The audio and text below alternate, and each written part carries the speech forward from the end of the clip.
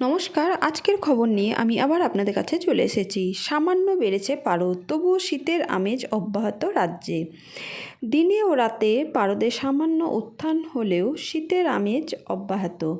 গোটা দেশেই শীতের অনুকূল পরিস্থিতি। দার্জিলিংয়ের উঁচু এলাকায় হালকা তুষারপাতেরও সামান্য সম্ভাবনা রয়েছে। কুয়াশার প্রকোপ উত্তরবঙ্গের জেলায়। দক্ষিণ পূর্ব আরব সাগর ও মালদ্বীপ এলাকায় ঘূর্ণাবর্ত তৈরি হয়েছে।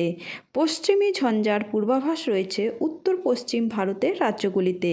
আরও একটি পশ্চিমী ঝঞ্ঝা নতুন করে আসছে শনিবার উত্তর পশ্চিম ভারতে। উত্তর পশ্চিমের বাতাসে অবাধে বইবে। আগামী শনিবার পর্যন্ত শীতের স্পেল থাকবে বাংলায়। খুব সকালে হালকা থেকে মাঝারি কুয়াশা হবে। আগামী কয়েকদিন সর্বনিম্ন তাপমাত্রা একই রকম থাকবে। আগামী দিনের তাপমাত্রা কিছুটা বাড়তে পারে।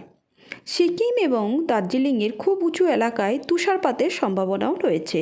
আগামী 24 ঘন্টায় বৃষ্টি হতে পারে উত্তরবঙ্গের পার্বত্য এলাকায়। হালকা থেকে মাঝারি কুয়াশা থাকবে দার্জিলিং, কালিম্পং, আলিপুরদুয়ার, কোচবিহার ও উত্তর দিনাজপুর জেলাতে।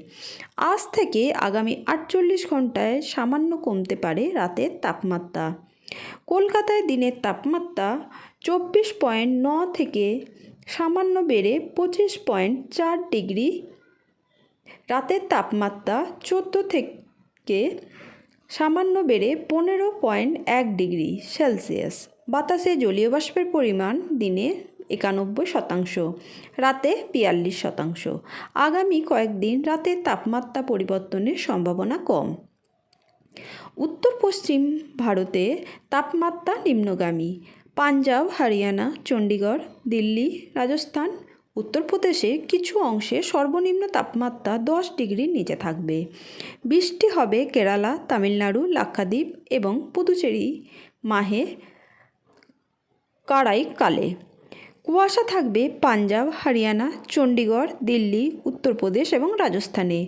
উত্তর পূর্ব ভারতের রাজ্যগুলিতেও কুয়াশা থাকবে। অসম, মেঘালয়, মণিপুর, মিজোরাম, নাগাল্যান্ড, ত্রিপুরাতে ভোরবেলায় কুয়াশার সম্ভাবনাও রয়েছে। এরকম আকর্ষণীয় খবর জানার জন্য আমার চ্যানেলটির দিকে নজর রাখবেন। আর আজকের খবরটি যদি আপনাদের ভালো লেগে থাকে তাহলে একটি লাইক করবেন এবং আপনাদের বন্ধু আত্মীয়দের সাথে শেয়ার করবেন।